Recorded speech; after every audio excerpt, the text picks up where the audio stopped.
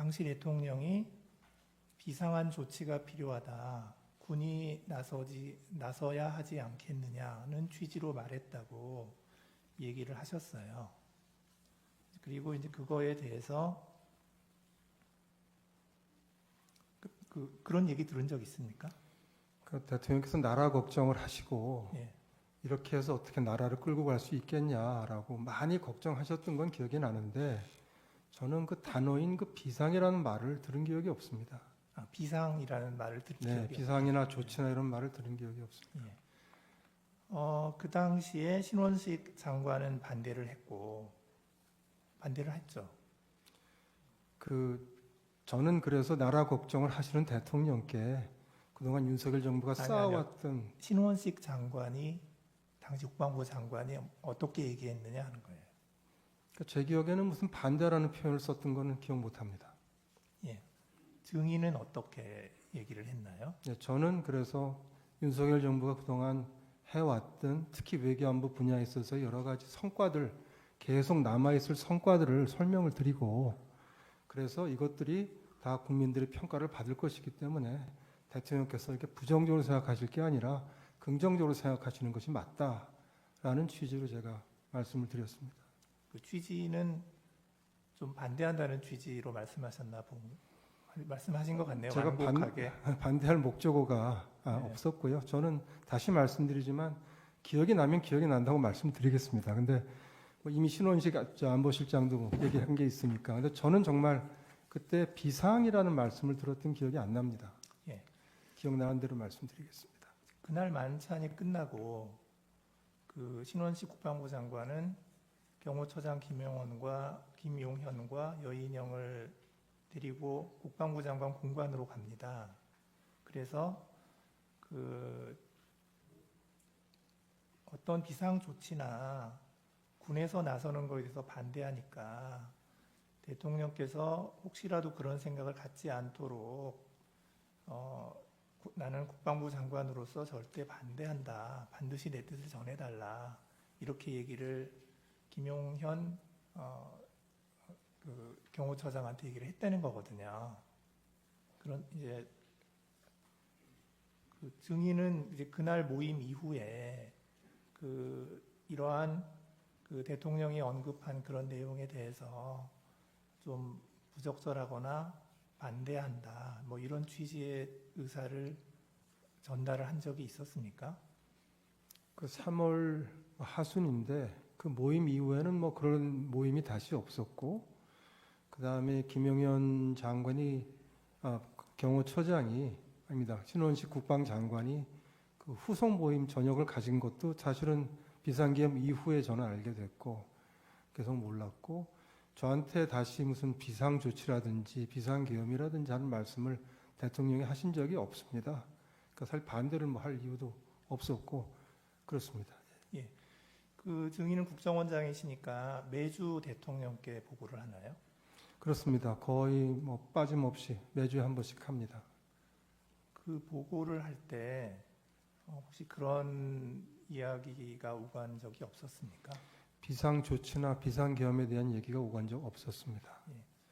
그 신원식 장관은 이제 그 모임이 2024년 3월에 있었는데 그 2024년 9월에 국방부 장관에서 경질이 돼요. 그런데 이제 증인은 그 당시에 하여튼 뭐 반대하는 취지로 말씀하셨음에도 불구하고 계속해서 국정원장으로 계셨던 거죠. 예.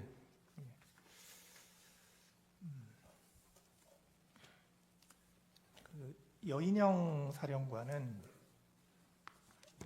이렇게 얘기를 합니다.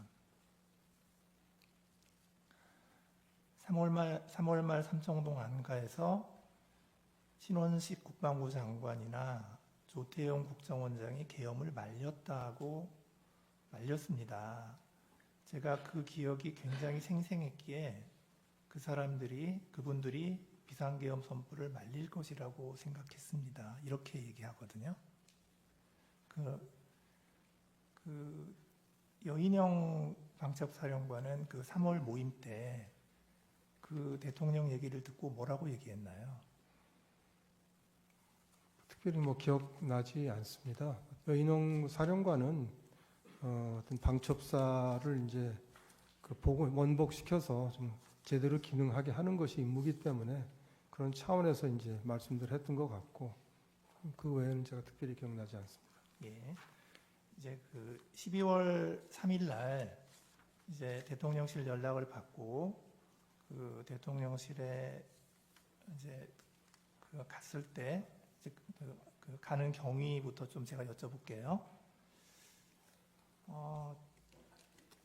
그 12월 3일 20시에 대통령으로부터 직접 전화를 받았다는 거죠. 그렇습니다. 그때 대통령이 어디세요라고 하니까 증인은 여기 있습니다 이렇게 말씀하셨던 거고, 네, 대통령이 미국 안 가셨어요? 라고 하니까 증인이 내일 떠납니다. 방금 미국 대사와 송별 만찬했습니다. 이렇게 대답한 적이 있나요? 네, 제 기억은 그렇습니다. 예. 그리고 나서 대통령이 알겠습니다 하고 전화를 끊었죠. 예, 들어오라는 얘기 안 했고. 없었습니다. 그런데 이제 20시 5분에 대통령실 부속실장 강희구 이분이 증인에게 전화를 했죠. 예, 그렇게 기억합니다. 전화를 해서 어디 계십니까? 하니까 증인이 내곡동입니다. 이렇게 대답을 했고요. 네, 그러니까 강희구 부속실장이 지금 들어오세요. 이렇게 얘기를 해서 증인은 대통령실로 출발을 한 거고요. 그렇습니다. 근데 조금 이상한 거는 그날 그 한덕수 총리의 경우를 보면 8시 20시경에 대통령이 직접 전화를 해서 대통령실로 좀 왔으면 좋겠습니다. 누구에게도 말을 안 했으면 좋겠습니다. 이렇게 해서 왔다는 거거든요. 이게 한덕수 총리가 그 연락을 받았다는 내용이고요.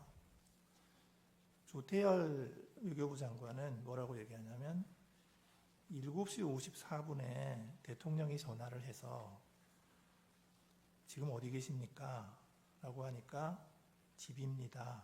라고 하니까 지금 용산 집무실로 바로 올 수 있습니까? 차표는 됩니까? 이렇게 해서 바로 출발했다는 거거든요.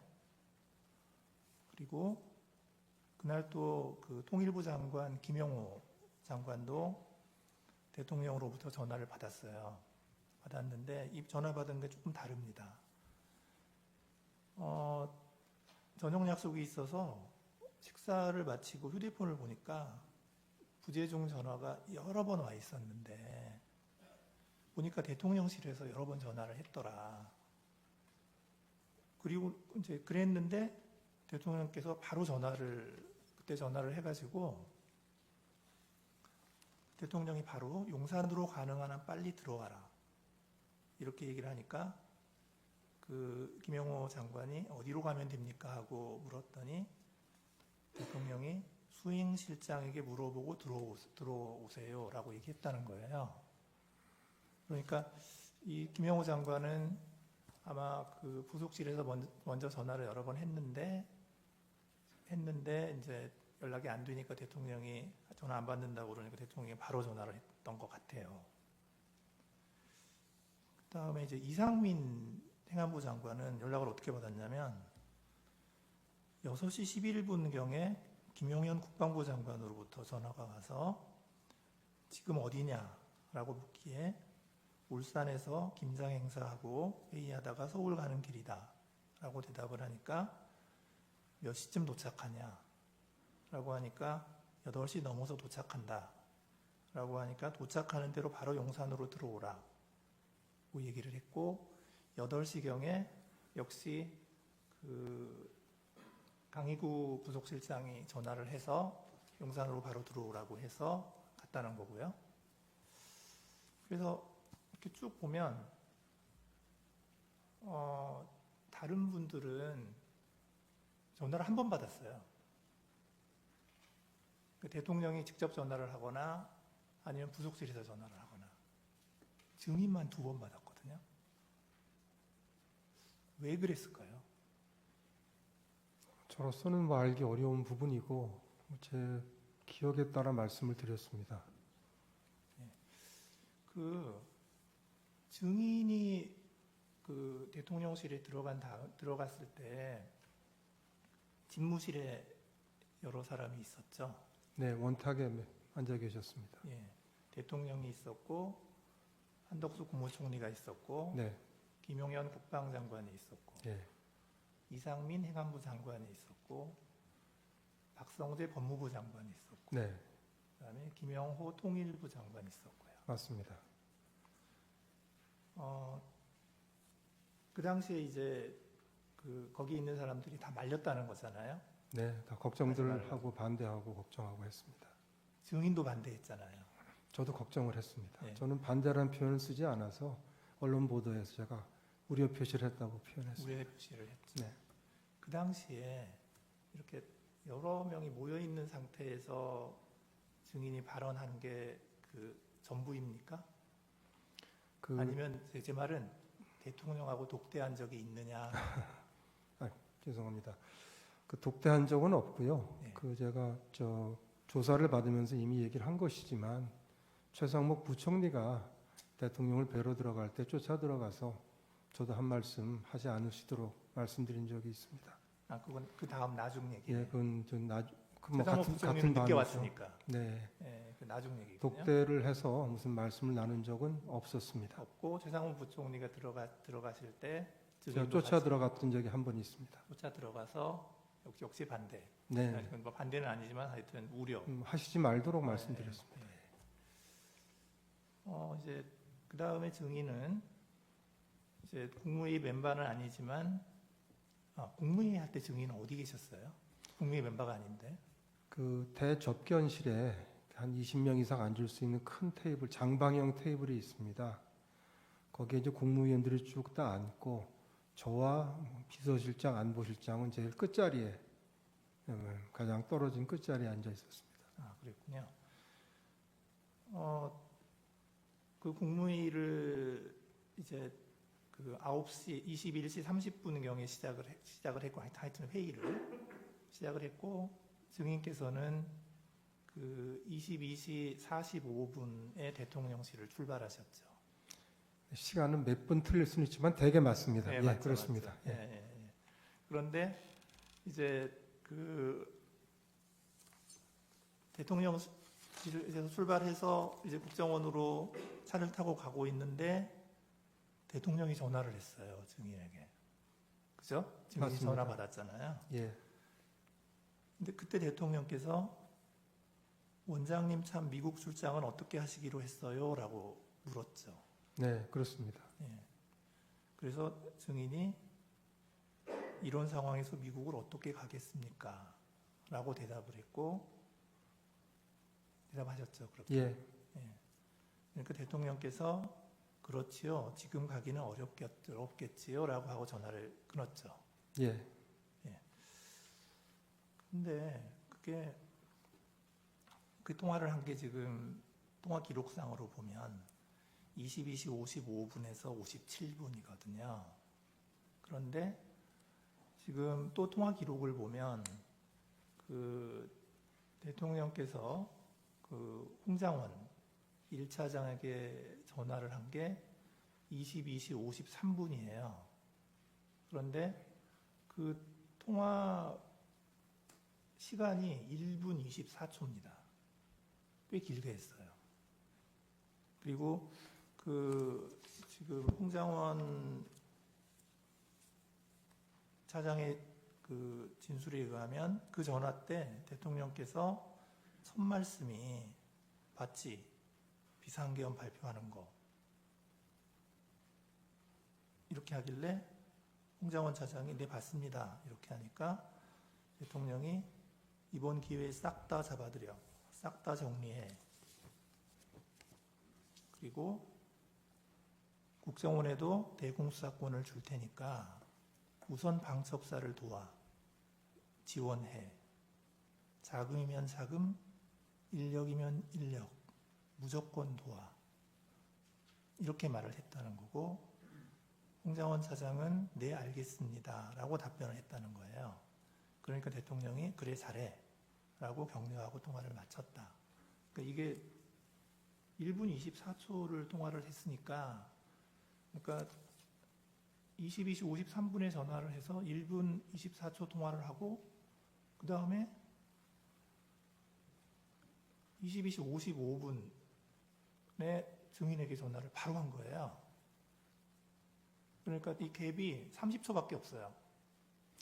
그 말씀 좀 올려도 되겠습니까? 그 네네. 정확한 분은 제가 기억을 못 하고요. 네, 22시 55에서 57이라고 지금 돼 있는 걸 저도 봤는데 네네. 통화한 그 시간은 사실은 30초가 좀 안 되는 걸로 제가 기억합니다. 짧았습니다, 사실은.